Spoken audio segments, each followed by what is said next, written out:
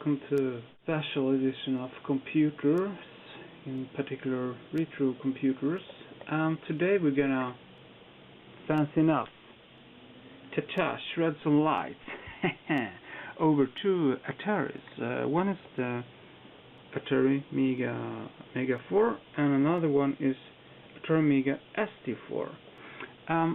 I kind of read on the forum a while ago that there were people asking what is the difference between those models, the Mega 4 and the Mega ST4. So what we are gonna do today or this time is actually open those up and go through everything you ever wanted to know. And by the way, those computers are 100% working. I have tried them with all kind of configurations, different hard drives, different mega files, floppies. I have even watched some demos on it, which can be some kind of problem sometimes, especially when you are doing some hardware related things like doing hardware scrollers and other more hardware depending code and routines. And I have also hooked this up to an Atari SM monitor, black and white of course, because who needs color when you can't see the colors anyway. No, that was a bad joke. I'm very sorry and I apologize for that. Anyhow, we are gonna, like I said, just rig them up, or no, just open them up. So let's take a little look what's inside. So we're back. So the first one here is now let's see. So I get the facts right. This one should be the Mega ST4. Yeah, I had to look at the case because the case is on the floor. Case is on the floor. Anyhow, I have to stand up and zoom out a bit. So everything is kind of looking cool here. Yeah, we can see that.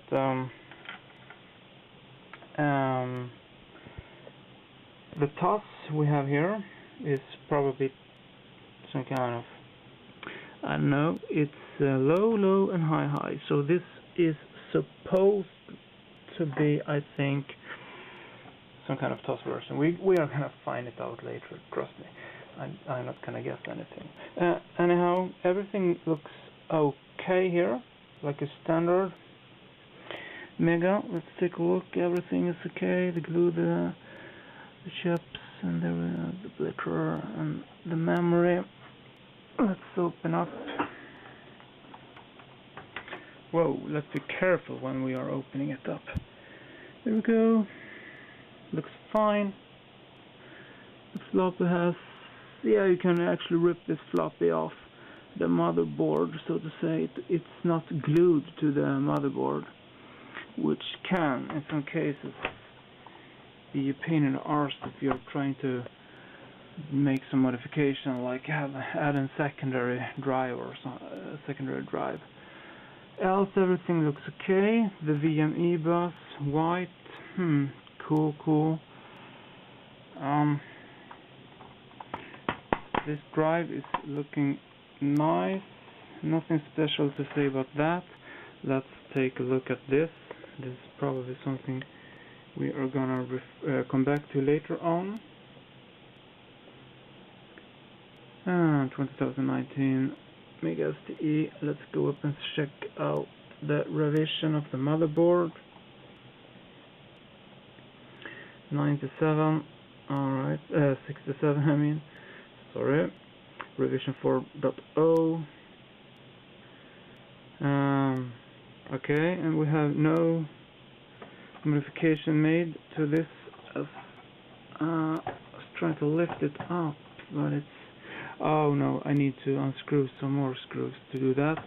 I was just gonna check it out if something was done to like the motherboard, some kind of modifications. Some dust there. Let's move on to the to the Mega ST. And this has the TOS 1.4. We can see we have low and we have the high. Oops, There we have a piggyback thing connected to the address registers to make it more stable, and open up some kind of buffer features. I think I have covered that in another series when we took a look at an Atari, I guess. The chips are looking okay. 1987. There are some. If we are, yeah, here we go. Here we have something interesting. If we are looking at, I'm gonna get something to point so you don't see my fat Swedish fingers, which are indeed pretty awesome in a way, but that's another story. Now let's check this one out. This is the floppy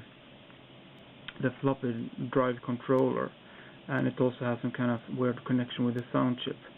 And if we're looking there, you can see it says VDC 85, VD 1772 PH. Take a look. This chip is not the same. As you can see, this is another chip, 708V F582Q, and we're gonna take a look and compare those. And we can also see that the controller chips here were not the right, but these are different, because these are, I don't know why. See, that one is from Atari directly, and that one is the best and digital.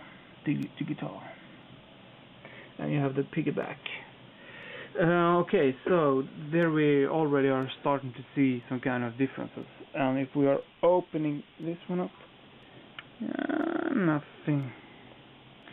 nothing really seems to be different. No, everything is okay. Oh, let's be careful with that one, shall we? So we don't break it, because it's well. But if we are looking here, this has the revision B, and the other one was revision 4.0. But this is the same, Mega ST CA 2019, exactly the same as that one. And you also have the Atari logo, and we are looking at the chips. Yep, this one is also different. This is an EF68 and B50P, while this one is a Motorola chip. So that's a bit different. Else, under there we have the sound card, the YM chip beneath the power supply thing, which I'm not gonna open up. This is a secondary controller, that's a power connector if you want to connect something to the VME slot. Oh, that one is black, and that one is white. So that's also some kind of different things. But else, this drive is a Mitsubishi drive. Well, you cannot see it, but I can just tell you, so you have to trust me on that one. So this drive is apparently newer compared to this old bastard. I think it's a standard Atari drive. Well, let's clean that up later, shall we? Else, everything is looking okay. The reset button is there, the fan is there, everything seems to be in order. Yeah, some other things, just, I don't know if you guys noticed, but those connectors, the media connectors, are round, while here they are square. So that's also something. And you can also see, if you're looking really close, that this connector there, it's direct on the motherboard, while here you have some kind of plastic stuff over holding whatever. And also here you have a piece of glue which you don't have here, but that's have no sexual meaning in this case. Haha. So I guess this is just something. Yeah, I know exactly what it is for. Of course, it's for this cable, the battery, which once upon a time were lying there in the plastic cradle, but I ripped it up pretty rudely. So that one, I don't know what the. Alright, let's not move it, because else it might not be working. And as always, I cannot. No, I don't want to even bend it up. But I think that there is some wires on the back side of the motherboard, because they have this modification here. Like I said, I have covered in another video, so I won't repeat myself. But it's a stabilizer for the address registers, and it's a kind of logic connection from that point there, which you can easily solder on that spot. Yep, I have not made those modifications myself, but I know what it is for. And it also, if you're installing like in tossboard, you need to have this to make it faster on the buses. Like I have said 3 times now, so I won't say it another time, because then it's getting ridiculous. It's like, you know, those little time wasters before the commercial, when the people don't have anything to say. But I have already said pretty much, so I'm just gonna snap this one off here, and we are going to see what is what. So hang on. We are back. Oh, would you look at that? To the very left we have the Western Digital 1772 chip, and to the right we have the VL 1772 chip. Wow. So what we are dealing with here are 2 equal chips made by different manufacturers. And the Western Digital chip is, by the way, always or almost always found in the older Atari ST4 computers. So I guess Atari and Western Digital had some kind of cooperation back in the days. And the VL is some kind of cheap imitation of the chip, or if Western Digital sold their kind of solution to some kind of Korean or Chinese manufacturers, but yeah, they are doing the same. That's the point. Let's move out. Yeah, let's see what the pinouts are then. Yeah, we have the chip selector, read, write, address stuff, and yeah, we can just look at the little block diagram and see that everything is the same. It's the same. And if we are looking at the expanded block diagram, we can see that chip selector read write it's going to the data bus buffer, and we have control registers and status registers and transmit data registers with the clock to make it go cycle exact, and that's about it, I think. So folks, we have to the left the EF6850P, and to the right we have the MC6850. One is the Motorola to the right, and the other one is some kind of cheap, no, not as cheap, but it's a different brand, probably Korean, Chinese. This is, it's an asynchronous communication interface adapter, also known as the ACEA. And what it is doing, it's dealing with the MIDI in out and the keyboard. Yeah, so you can type. And if we are looking at the expanded block diagram, again we can see it's connected to the data bus buffers, and it has control registers going to the receive shift register where the keyboard is coming in and the MIDI is coming in, and we have an out as well. Interrupt logic, yeah, the interrupt request stuff.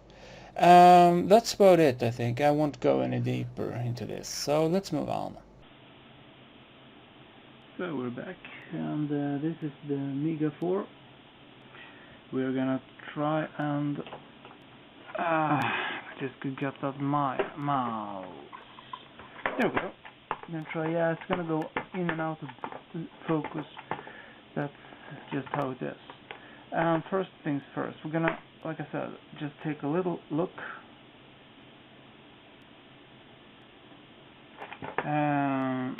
Well, we have actually a floppy in here. I can tell you we have. There we go. Sometimes it's just a little bit weird. So we're gonna go with the Sysinfo. Oh, it's so annoying that it's going in and out of focus, but don't mind that. So now we are gonna take it like step by step. So the CPU is actually an 68000 running in 8 megahertz. The CPU, I mean the FPU or coprocessor is not available because it doesn't have an FPU, and the TOS nationality is Swedish, and the TOS size is 192 kilobytes. Blitter available, and on DMA sound is, yeah, it's apparently on.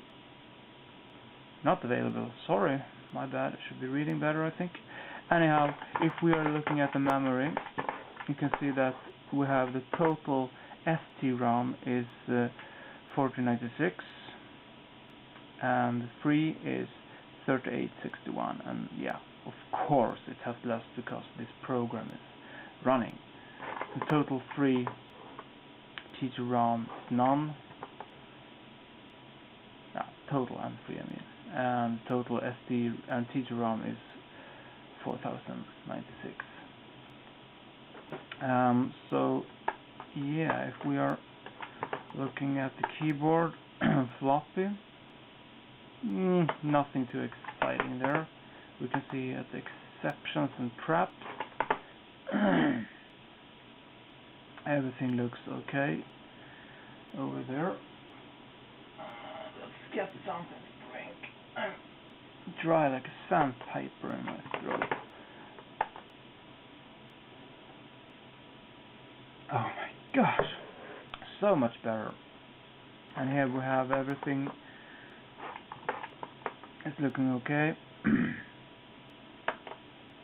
I can also tell you a little bit where I got this computer. I actually found it at the flea market. You wouldn't believe me if I tell you how much I paid for this one, but it was like €5. Sorry, but yep, that's how things are going. The guy was about to throw it away, but I caught it in the last minute. So yeah, that's what you can do with €5 if you are lucky enough. In and out vectors, I guess everything looks fine here. Not available. AUX connection MIDI, yeah. Not available. Everything is looking fine. Environment, dump. Yeah, nothing special here. You can even see if we can access more. Nope, I cannot access the keyboard because I got so many damn things. What's this? You see that? Oh, that's actually a camera staff, by the way.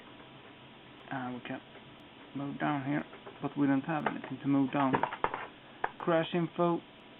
The system did not record a crash. Wow, that's really great for us. Let's see here if we can. Oh yeah, that's great.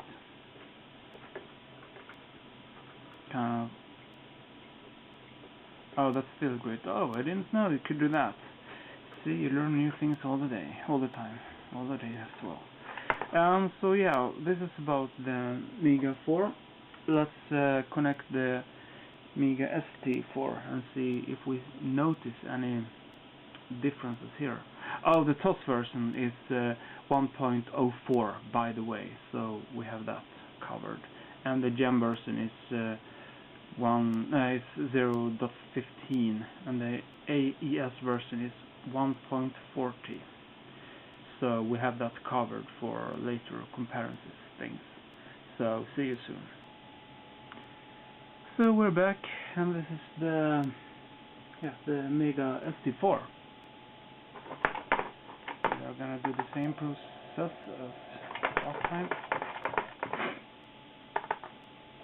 Open the info.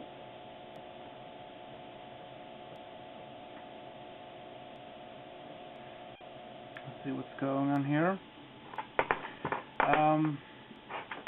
Let's do it, shall we? The processor is a 68000 running at 8 MHz. The FPU or the coprocessor is not available. And TOS version is 1.04. Gene version is 0.15, and the AES version is 1.40. And we can see that the TOS nationality is Great Britain. Oh, that's perfectly. And the blitter is on and available, of course, and the MA sound is not available. Snap out of that, sir. Everything looks nice.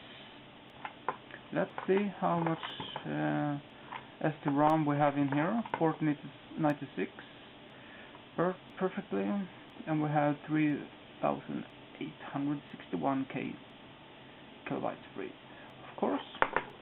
No TT-ROM or anything, and total ST and TT-ROM would be 4096, which is correctly. Keyboard disk, let's do it. Everything looks fine here. Yeah. I see the secret here, which reminds me about something we can do later on. Try this one with the hard drive. Why not? Oh, crap, we should look at that. Let's see now. Everything looks perfectly in order here. Nothing particular odd. Oops, MIDI input. Yep. That was the exception and traps. Bus error. Nothing. Illegal instruction. Looking fine. The LAE line A emulator. I can see anything wrong with this. And the interrupt here. Everything looks fine. In and out vectors. Perfectly fine. Memory dump. Yeah, you can increase and decrease the addresses here, but it doesn't make any sense. Environment dump. Looking fine. Nothing is kind of assigned. Everything looks great. We can even see if we have more stuff.